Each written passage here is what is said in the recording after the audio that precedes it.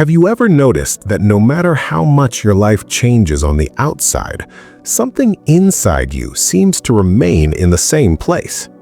Years pass, people come and go, circumstances shift, cities change, jobs change, relationships change, and yet certain fears, anxieties, emotional patterns, and inner tensions keep resurfacing, not as punishment, not as coincidence, but as repetition. Most people call this destiny. Jesus called it lack of understanding.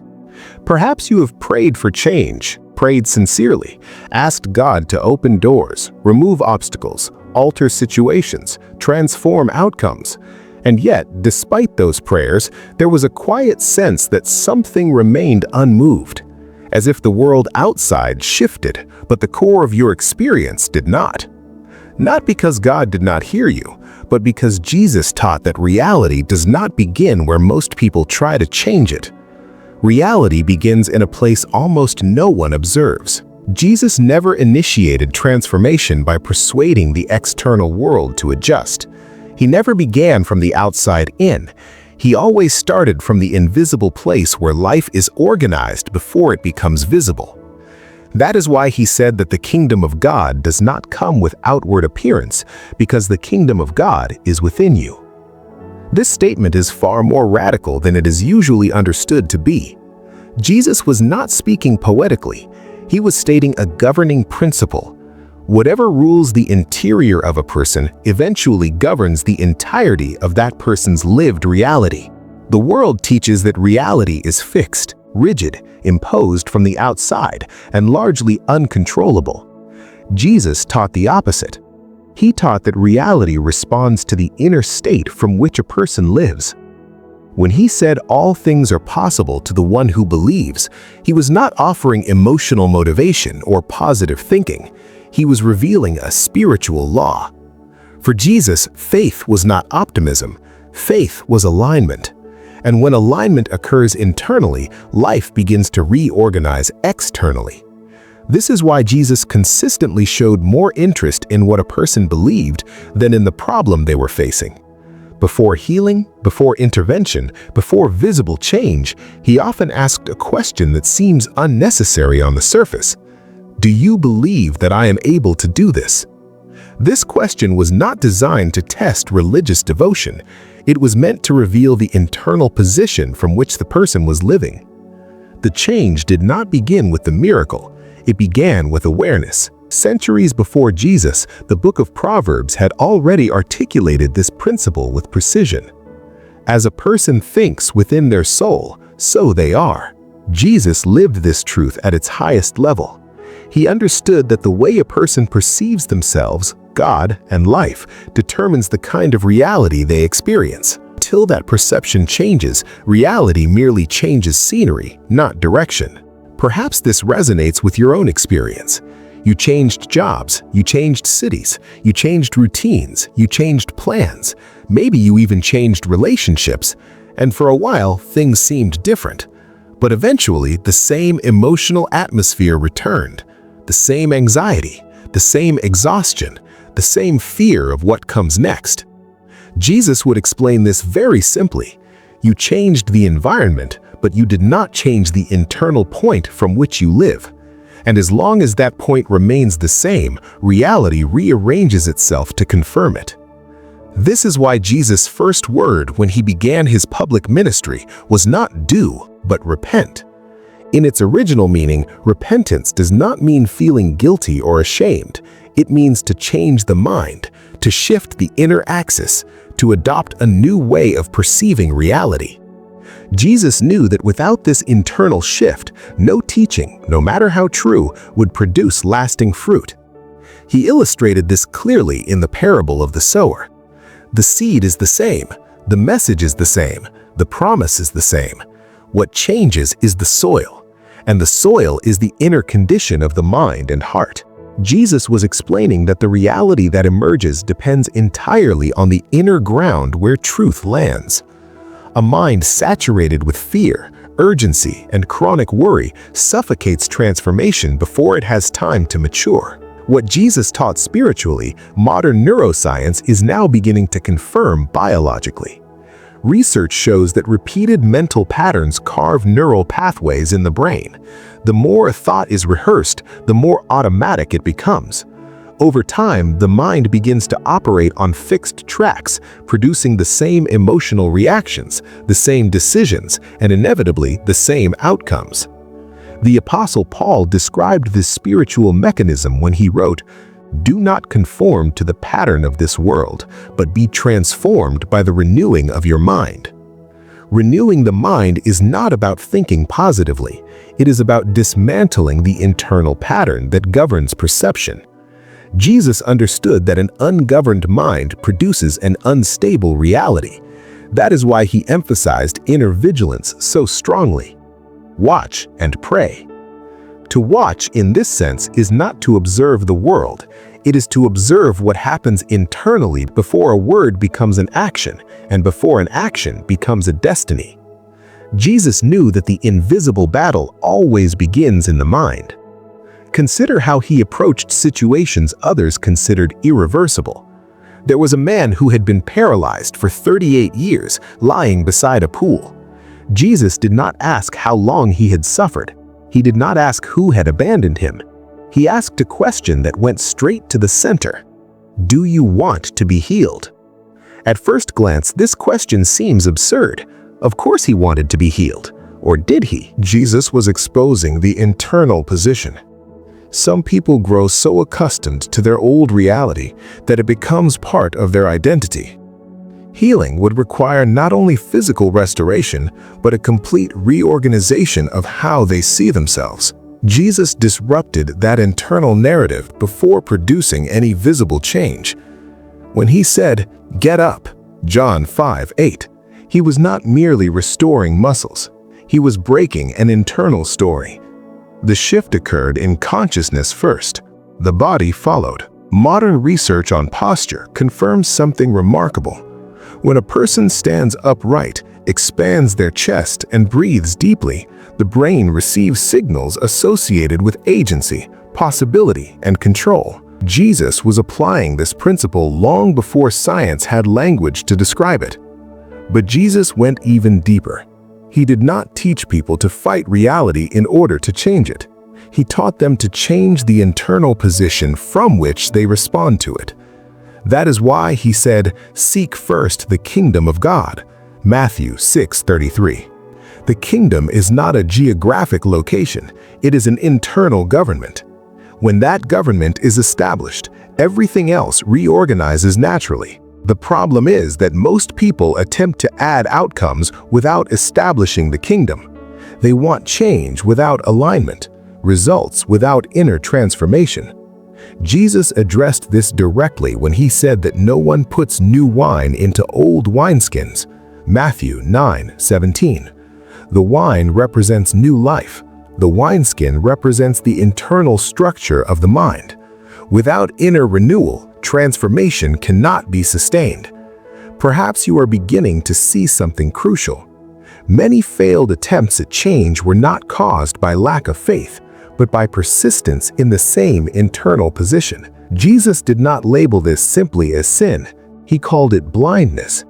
Having eyes, do you not see? Mark 8:18. For Jesus, seeing meant understanding internally. The Psalms express this truth beautifully. Illumination begins inside, and the path adjusts afterward. Jesus lived by this principle. He did not chase external change. He remained internally aligned, and reality followed him. Maybe you are at a turning point right now. You sense that something must change, but you cannot clearly identify what. Jesus would say that real change begins when you alter the place from which you observe life, when you stop reacting automatically, when you stop living from fear, when you begin to notice what governs your thoughts. There is an invisible principle that Jesus consistently applied before every real shift. It is subtle, often ignored, yet extraordinarily powerful. It is not force, it is not effort, it is not repetition of words. It is deeper than all of that. In the next part, you will begin to understand what this principle is, why Jesus never started with circumstances, and why some people experience profound transformation while others remain trapped despite hearing the same teachings. Remain attentive. True change begins where almost no one looks.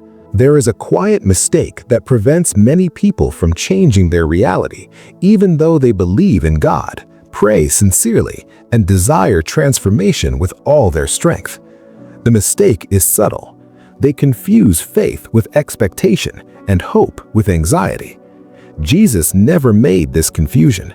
He understood that as long as the mind remains in a state of waiting for the external world to change first, it remains trapped in the same internal pattern, and a repeated internal pattern will always recreate the same external reality. This is why Jesus never taught people to wait passively for change. He taught them to remain established in a specific internal state, regardless of what was happening outside. When he said, "Do not be afraid," Isaiah 41:10, echoed by Jesus in Matthew 14:27, he was not offering emotional comfort.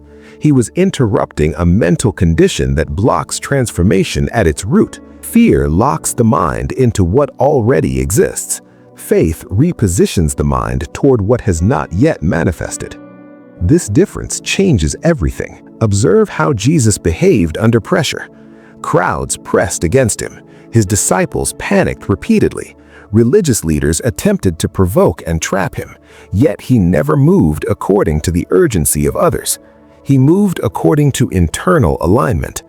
When Martha was overwhelmed and restless, Jesus did not criticize her workload. He addressed the true issue. You are anxious and troubled about many things, but only one thing is necessary. Luke 10:41-42. He was not talking about household tasks. He was addressing her internal posture.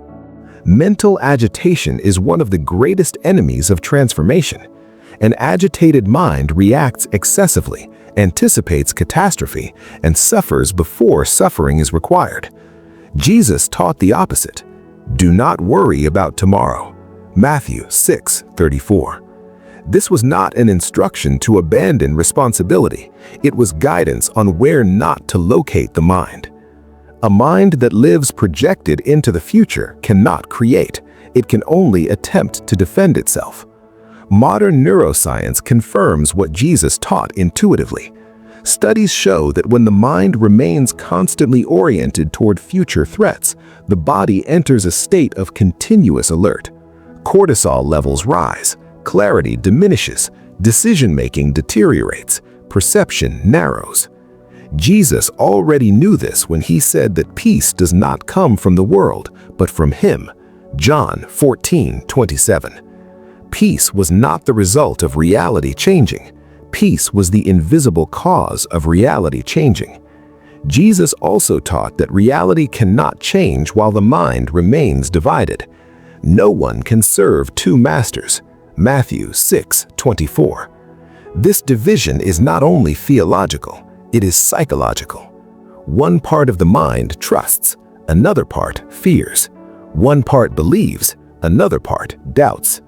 As long as this internal conflict persists, reality remains unstable. Life mirrors the inner contradiction. This is why Jesus emphasized inner simplicity so strongly. If your eye is single, your whole body will be full of light. Matthew 6:22. A single eye does not mean moral purity alone. It means undivided focus. A mind that looks in many directions cannot sustain transformation. A centered mind begins to reorganize everything around it. Jesus reinforced this principle repeatedly through parables. In the parable of the wheat and the weeds, Matthew 13:24-30, he taught that forcefully uprooting everything can destroy the process itself. Real change does not occur through urgency. It occurs through maturation. The kingdom of God is like a seed that grows, though the man does not know how. Mark 4:27. Jesus was teaching that there is an invisible phase in which reality is being prepared before it becomes visible. This is where many people give up. They demand evidence before transformation. Jesus taught the inverse. Only believe. Mark 5:36. Belief for Jesus was not denial of reality, it was refusal to submit to it. It was the ability to sustain an internal state that had not yet taken external form. Modern science refers to this as coherence. When thought, emotion, and intention align, behavior changes, decisions change, and over time, outcomes change. Jesus lived in this state consistently. That is why he could sleep during a storm. Mark 4:38. The miracle did not begin when he spoke to the sea. It began when he remained at peace while everyone else panicked. This detail is essential. Jesus did not calm the storm in order to become peaceful. He was peaceful before the storm was calmed. Reality responded to the internal state he sustained. This completely reverses the conventional understanding of faith. Faith does not react to reality. Faith precedes it. Perhaps now you can see why so many attempts to change life fail. People fight symptoms without touching the cause. Jesus never treated effects alone. He went to the root. You will know the truth, and the truth will set you free. John 8:32. Truth in this sense is not merely correct information, it is awakened awareness. Truth liberates because it reorganizes perception. The Psalms had already articulated this insight. Be still and know that I am God. Psalm 46:10. Stillness does not mean inactivity, it means cessation of reaction. It means leaving the internal state that prevents transformation. Jesus practiced this principle continually. Before decisive moments, he withdrew into solitude. Luke 5:16. Silence was the place where alignment occurred. Today, studies show that periods of silence reduce nervous system overactivation, enhance mental clarity, and improve decision-making. What science describes technically, Jesus practiced spiritually.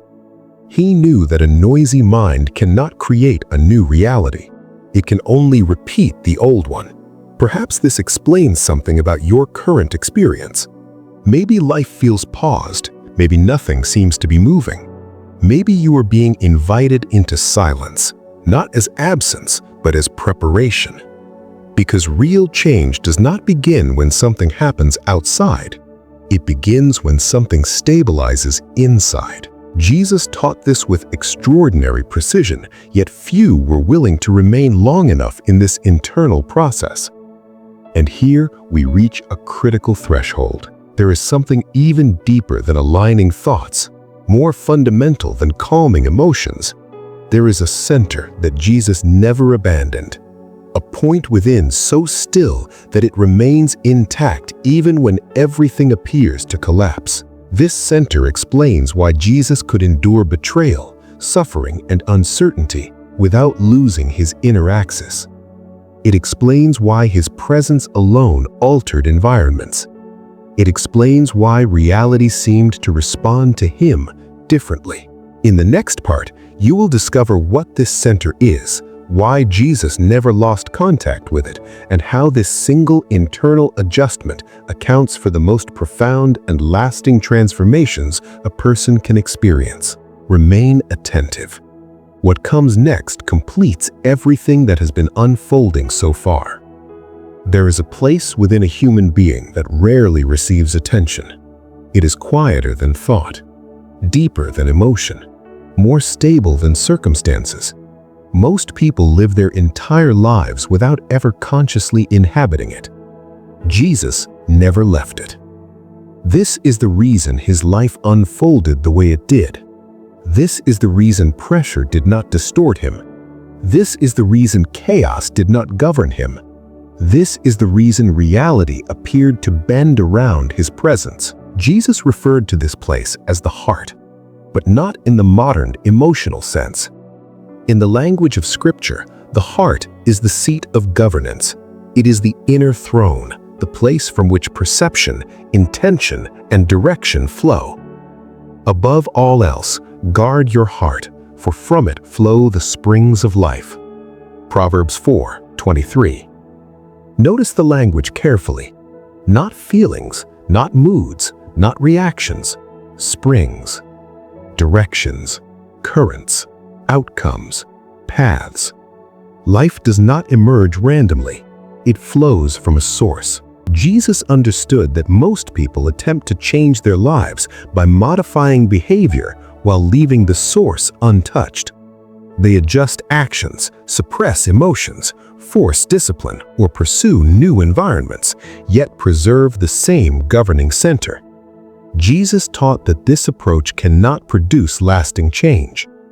No one can serve two masters. Matthew 6:24. This is not merely a moral statement, it is an ontological one. A divided center produces a divided life. When fear and faith compete for the same inner throne, reality becomes unstable. When trust and control alternate positions, outcomes fluctuate. Jesus lived from a unified center. This is why he could walk into volatile situations without absorbing their volatility. Consider how often Jesus was surrounded by emotional turbulence. Crowds pressed in desperation. Disciples panicked. Religious leaders projected hostility. Suffering confronted him constantly. Yet his internal state did not mirror the environment. The environment responded to him. This reversal is the key. Most people absorb the emotional atmosphere around them and then attempt to act wisely from within that disturbance. Jesus did the opposite. He carried a stable center into unstable environments, and those environments reorganized around him. This is not mysticism. It is governance. Jesus did not react from the surface of consciousness. He responded from the center. That is why his words carried authority. People were astonished at his teaching because he taught as one who had authority. Matthew 7:29. Authority is not volume. It is not intensity. It is not force. Authority emerges when a person speaks from a place that is not internally divided. Jesus' authority flowed from coherence. This coherence explains one of the most misunderstood moments in the Gospels, Gethsemane. In the garden, Jesus experienced profound anguish. "My soul is overwhelmed with sorrow to the point of death." Matthew 26:38. This was not weakness. This was honesty. But observe what follows. "Not my will, but yours be done." Matthew 26:39. This statement is often misinterpreted as resignation. It is not. It is alignment. It is the human mind releasing control to preserve the stability of the center. Jesus did not suppress emotion. He did not deny fear. He did not escape discomfort. He simply did not allow emotion to displace the governing center. This is crucial. Most people believe that inner peace means the absence of distress. Jesus demonstrated that peace means the absence of internal fragmentation. Distress can be present. Pain can be present. Uncertainty can be present. And yet the center can remain intact. This is what allowed Jesus to move through suffering without being consumed by it. The modern world has language for something similar. Studies on heart-brain coherence show that when the heart maintains a stable rhythm, the brain receives signals of safety. The nervous system regulates. Cognitive clarity improves. Emotional volatility decreases. Jesus taught this principle spiritually when he said, "Peace be with you." John 20:19. This was not a greeting. It was a transmission of state. Peace was not something Jesus felt occasionally. It was something he inhabited consistently. That is why he could sleep during a storm. Jesus was in the stern, sleeping on a cushion. Mark 4:38. This moment reveals everything. The storm did not disturb him. The panic of others did not disturb him. The threat of death did not displace his center. The miracle did not begin when he spoke to the wind. The miracle began when he remained anchored while others lost their anchor. Only afterward did he speak. This is the pattern Jesus always followed. Center first, action second, reality response third. Most people reverse this order.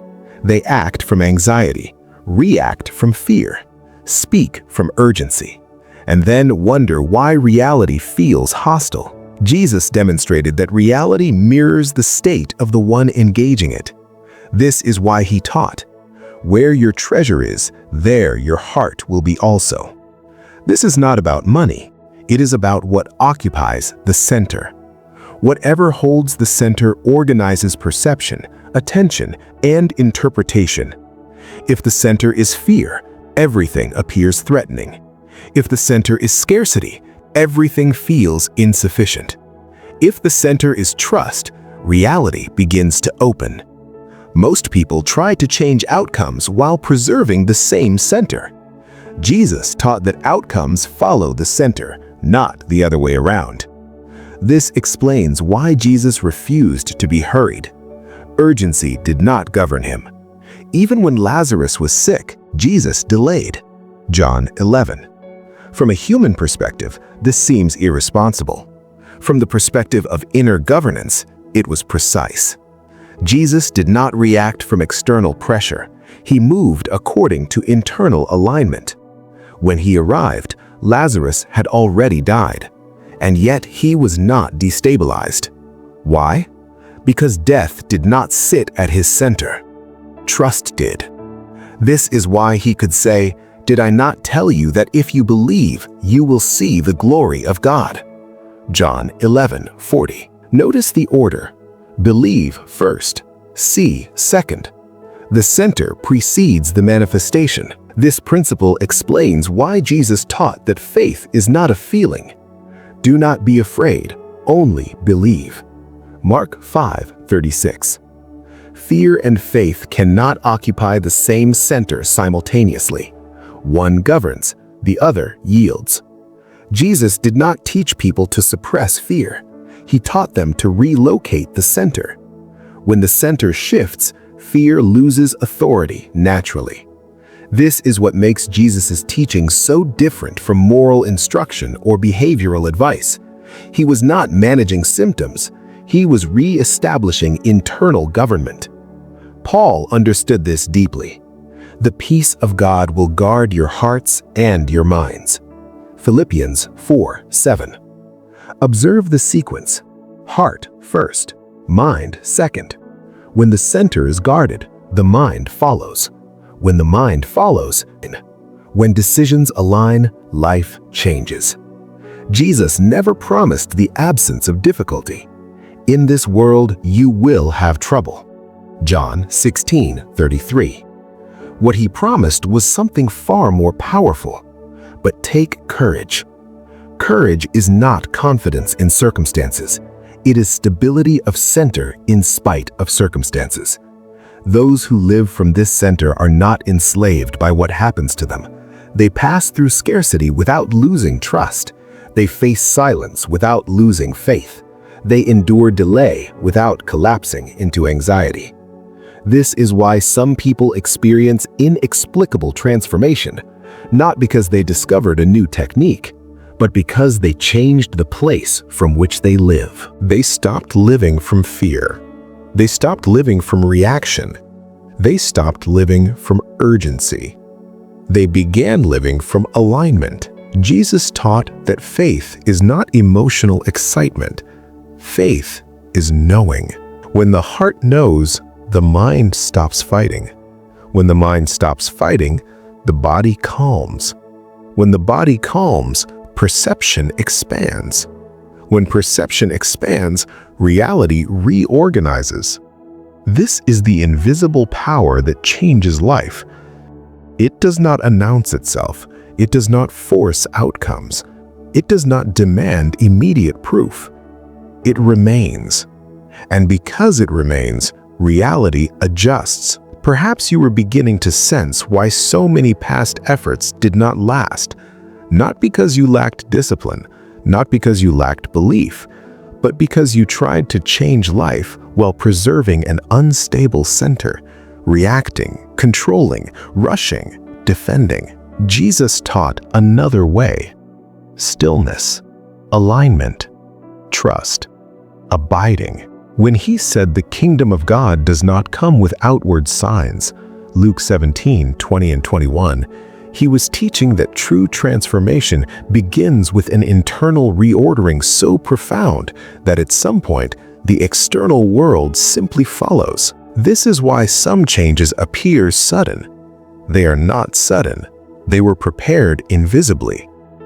And now we arrive at a decisive moment. There is one final adjustment, subtle, quiet, often overlooked, that seals this entire teaching. It is the difference between temporary insight and permanent transformation. It is the reason Jesus could maintain alignment without effort.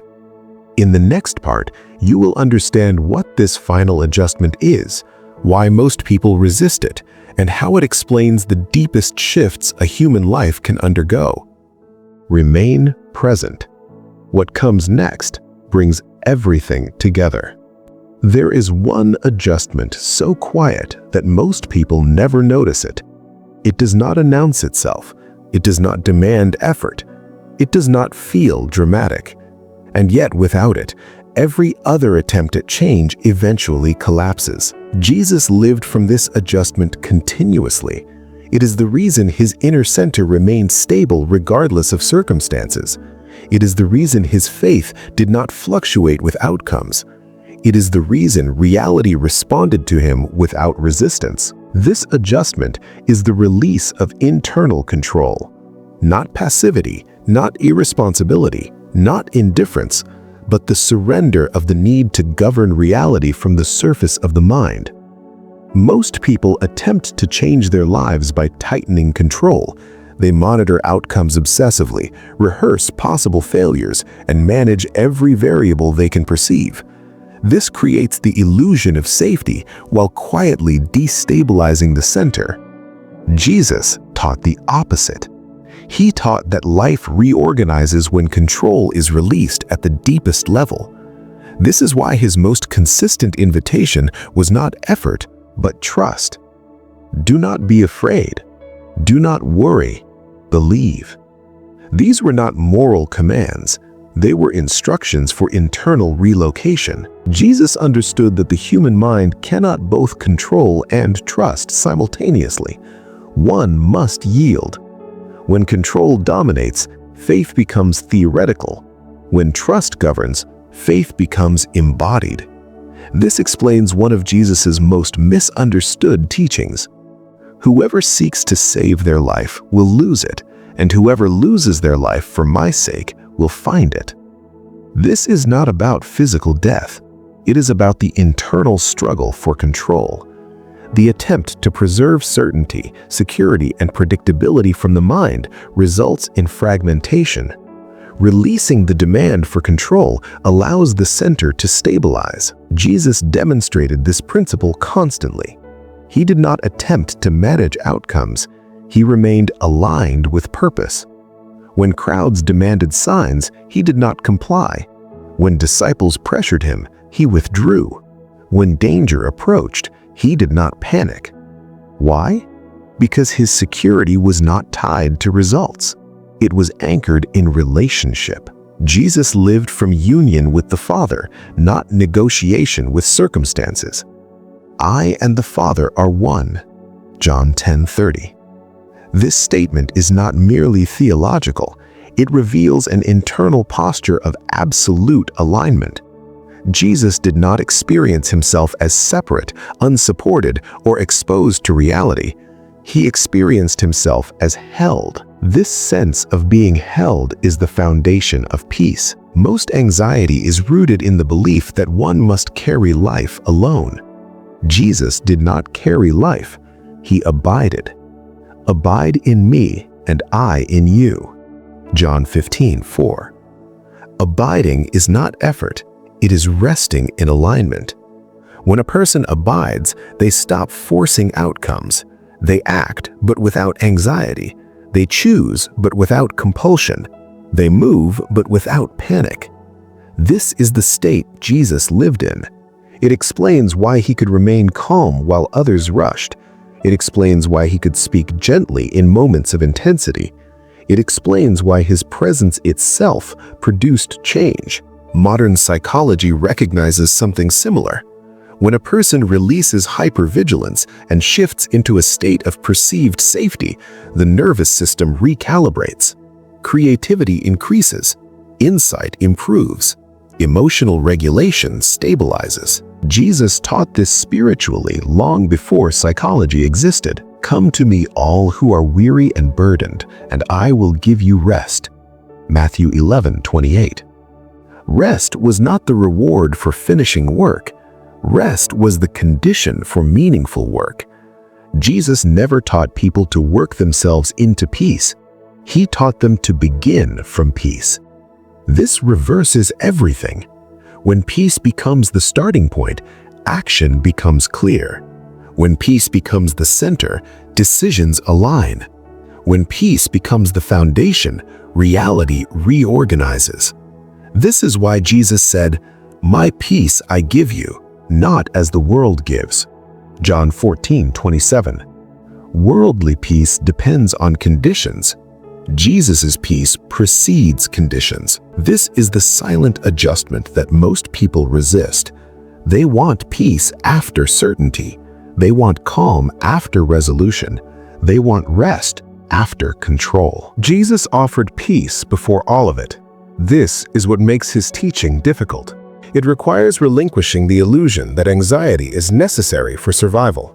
It requires trusting that life is not hostile by default. It requires moving from effort into alignment. This adjustment explains why Jesus did not instruct people to visualize outcomes, repeat affirmations, or force belief. He instructed them to relocate their trust. Your Father knows what you need before you ask. Matthew 6:8. This statement dismantles anxiety at its root. If the Father knows, then vigilance is unnecessary.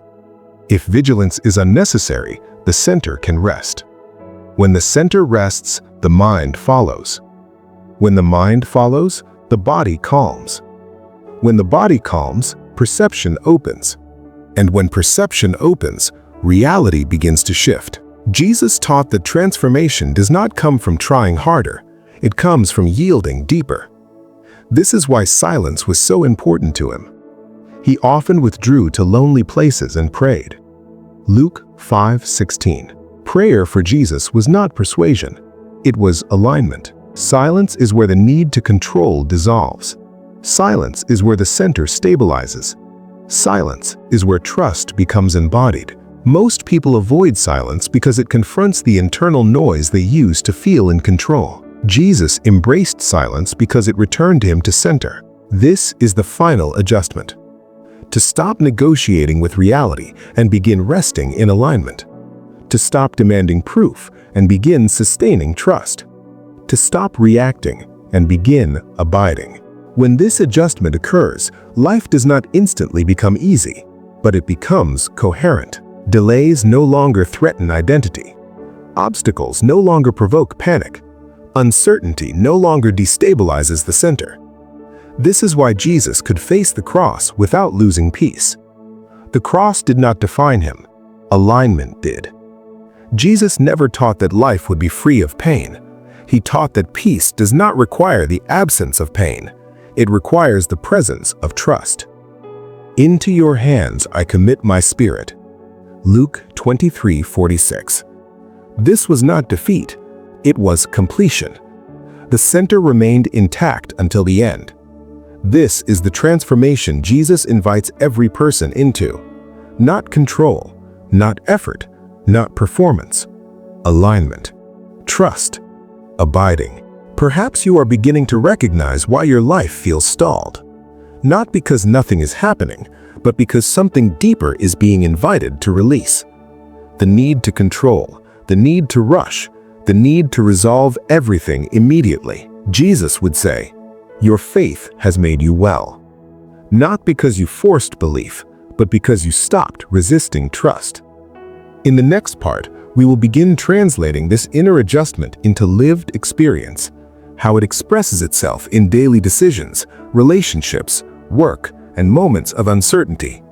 This is where transformation becomes tangible. Remain with it. What follows moves from understanding into embodiment. When the inner center stabilizes, something subtle but unmistakable begins to happen.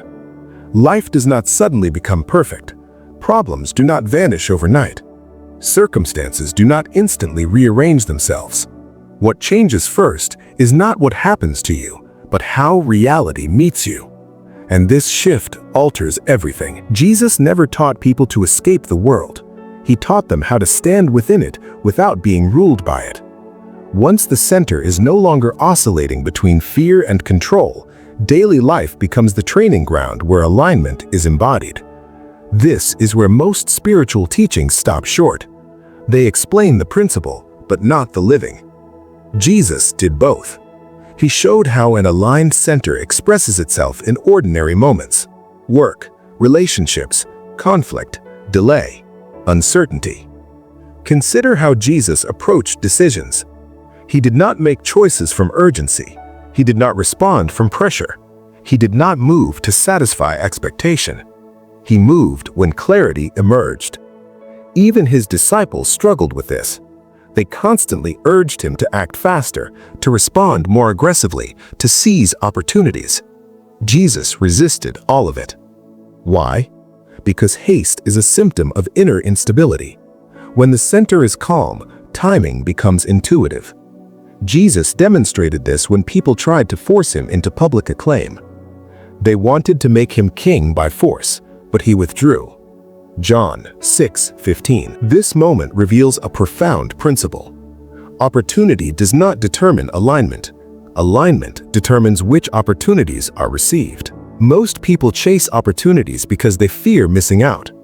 Jesus declined them because he feared alignment more than loss. This is what happens when the center is stable. You no longer grasp. You no longer rush. You no longer react. You respond.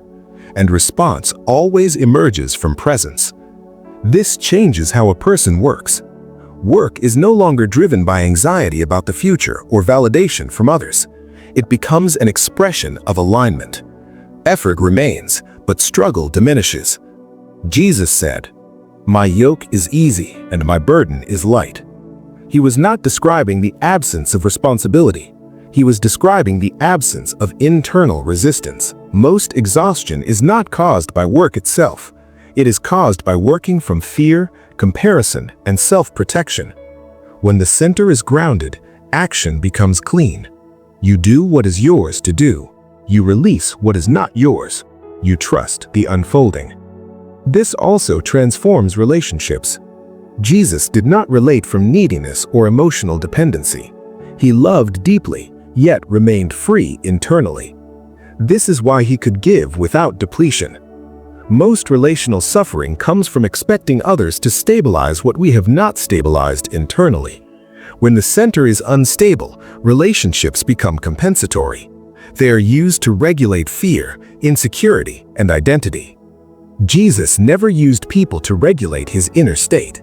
He loved from fullness, not from lack. This is why he could say difficult truths without hostility. This is why he could forgive without bitterness. This is why he could remain present without attachment.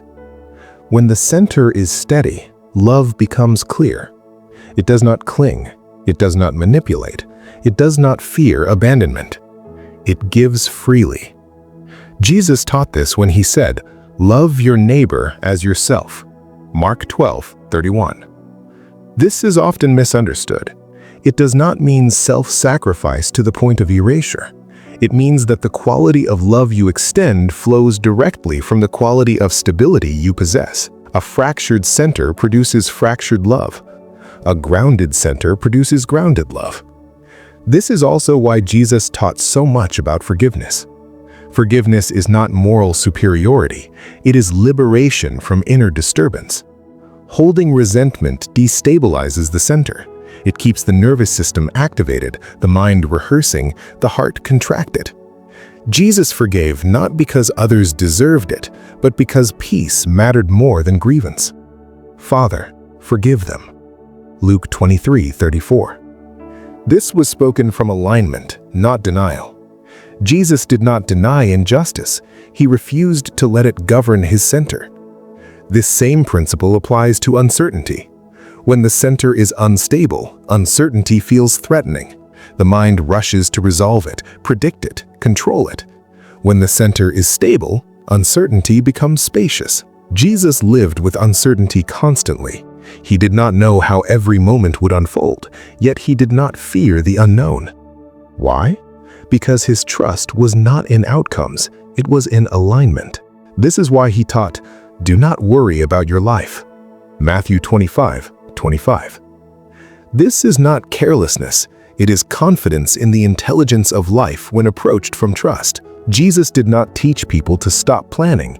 He taught them to stop projecting fear into planning. When the center is calm, the future is approached creatively, not defensively. This also changes how a person experiences delay. Delay no longer feels like rejection. Silence no longer feels like abandonment. Waiting no longer feels like punishment. Jesus delayed often. He delayed responses. He delayed interventions. He delayed explanations. And yet his delays were purposeful, because delay allows alignment to deepen. Most people interpret delay as failure because their identity is tied to speed and confirmation. Jesus interpreted delay as preparation. This is why he said, "The kingdom grows and the man does not know how." Mark 4:27. Growth is invisible before it is visible. The center must stabilize before the manifestation appears. This is also why Jesus warned against divided attention. No one who puts a hand to the plow and looks back is fit for the kingdom. Luke 9:62. This is not condemnation, it is description. A divided center cannot sustain forward movement. When the center is pulled backward by fear, regret, or nostalgia, progress stalls. Jesus was always oriented forward internally, even when physically present. This orientation was not ambition, it was alignment. The stabilized center also transforms how a person handles failure. Failure no longer defines identity. Mistakes no longer collapse confidence. Correction no longer threatens worth. Jesus corrected his disciples often, yet never withdrew relationship. Why? Because worth was not performance-based.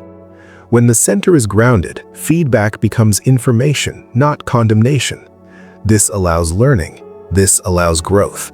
This allows resilience. Jesus demonstrated this with Peter. Peter failed publicly, dramatically, and painfully. Yet Jesus restored him without shaming. "Do you love me?" John 21. Jesus did not focus on the failure. He returned Peter to center. Love's identity stabilizes action. Action reorganizes life. This is the order Jesus lived by. Perhaps you are beginning to see how deeply practical this teaching is. This is not abstract spirituality. It is a way of inhabiting life, a way of working, a way of relating, a way of waiting, a way of deciding. When the center remains still, life begins to move naturally. Doors open without force. Paths clarify without panic. Strength appears without strain. Not because effort ceased, but because resistance did. This is the paradox Jesus embodied. Effort remains, but struggle dissolves. The mind still thinks, but it no longer battles itself. The heart still feels, but it no longer governs. The body still acts, but it no longer rushes. And when this happens, reality begins to respond differently. People notice, circumstances soften, opportunities align. Not because you manipulated them, but because you are no longer in conflict with yourself. This is why Jesus' presence changed rooms. This is why people felt seen, even without words. This is why peace followed him. He was not trying to fix life. He was aligned with it.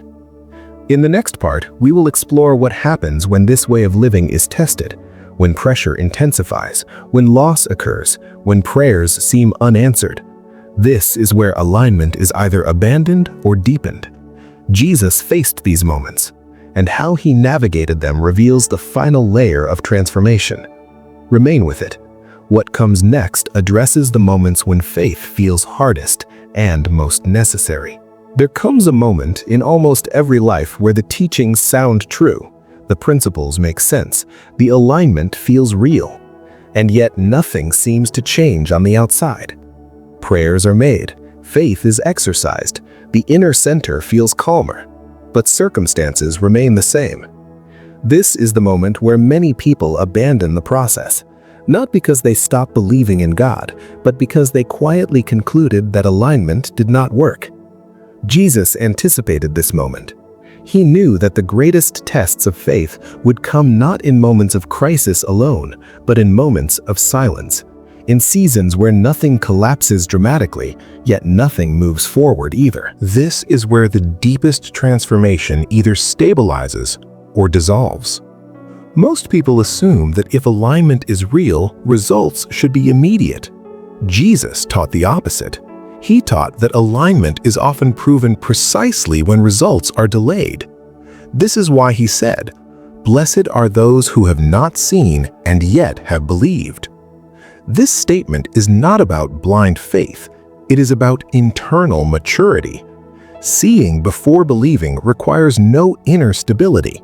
Believing without seeing requires a center that is no longer dependent on confirmation. Jesus understood that dependence on signs creates fragility. When faith is sustained only by visible progress, it collapses the moment progress slows. This is why Jesus often refused to give signs on demand. A wicked and adulterous generation seeks for a sign. This was not an insult. It was a diagnosis. A mind that needs constant proof has not yet stabilized internally. Jesus was not withholding miracles, he was protecting the process. Because the greatest change he sought was not situational, it was structural. This becomes especially clear when prayers appear unanswered. Jesus prayed, and not all of his prayers resulted in immediate change. In Gethsemane, Jesus prayed intensely, "If it is possible, let this cup pass from me." And the cup did not pass. This moment is critical. Jesus did not lose alignment when the prayer was not answered the way he desired. Why? Because his trust was not conditional. He did not measure faith by outcomes. He measured faith by fidelity to the center. This is where many people struggle. They trust as long as things improve. They surrender as long as clarity appears. They remain peaceful as long as progress is visible. Jesus remained aligned even when the path narrowed. This reveals something essential. Alignment is not a tool to control reality. It is a way of standing within it. When prayers are unanswered, the mind wants to interpret silence as absence. Jesus taught that silence is often presence without explanation. my God, why have you forsaken me?" This cry does not mean Jesus lost faith. It means he fully entered the human experience of uncertainty without abandoning alignment. This is important. Faith does not eliminate difficult emotions. Faith prevents those emotions from becoming the center. Jesus felt anguish. Jesus felt sorrow. Jesus felt abandonment. But he did not let those feelings redefine his identity or displace trust. This is the difference between pain and despair. Pain can exist with alignment. Despair begins when alignment is lost. This distinction matters deeply. Many people think they have lost faith because they feel discouraged. In reality, they have only discovered that faith is not emotional numbness. Jesus never taught emotional suppression. He taught internal anchoring. This anchoring becomes most visible in moments of loss. Jesus experienced loss. He lost John the Baptist. He lost followers. He was misunderstood by his own family. He was betrayed by a close friend. Yet loss did not harden him. It did not make him cynical. It did not make him withdrawn. It did not make him reactive. Why? Because his center was not built on what could be taken away. Do not store up treasures on earth. This was not an economic lesson. It was an identity lesson. When identity is attached to outcomes, loss becomes devastation.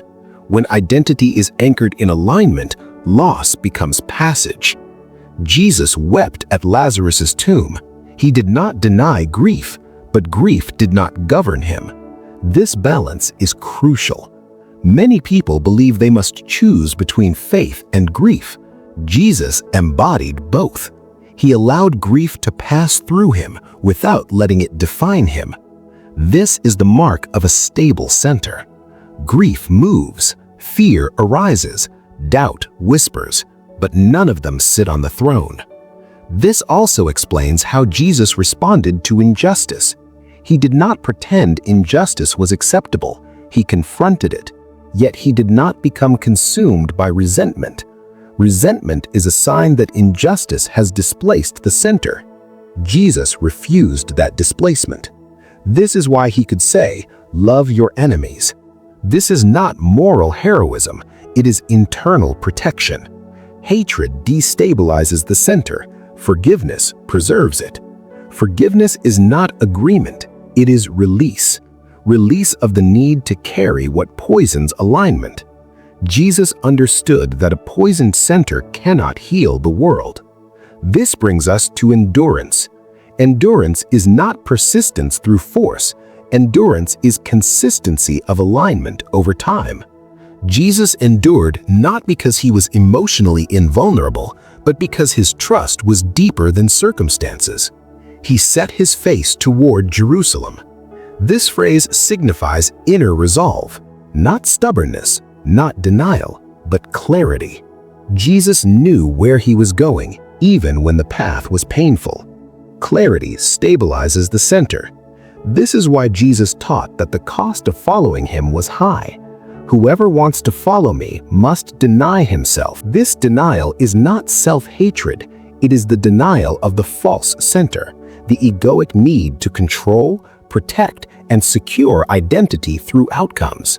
Following Jesus means relocating identity from performance to alignment. This is why many people start the journey but do not continue. Alignment demands patience. Trust demands endurance.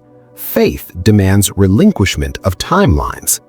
Jesus never promised speed. He promised life, and life unfolds organically. Consider the resurrection. From the disciples' perspective, everything had failed. Their hope collapsed. Their expectations were shattered. Their understanding was incomplete.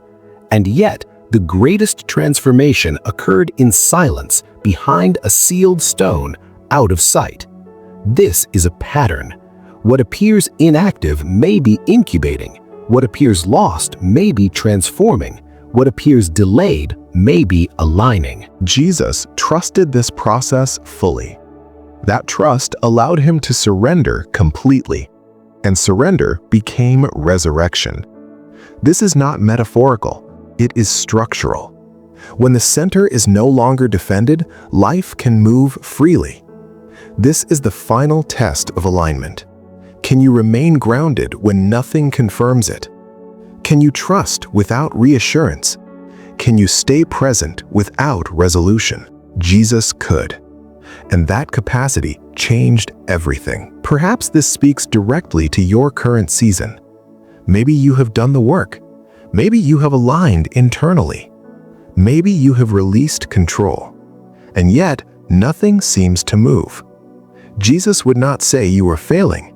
He would say you are standing at the threshold where faith becomes embodied. This is where many turn back, but this is where transformation seals. Remain, not because it is easy, but because it is real.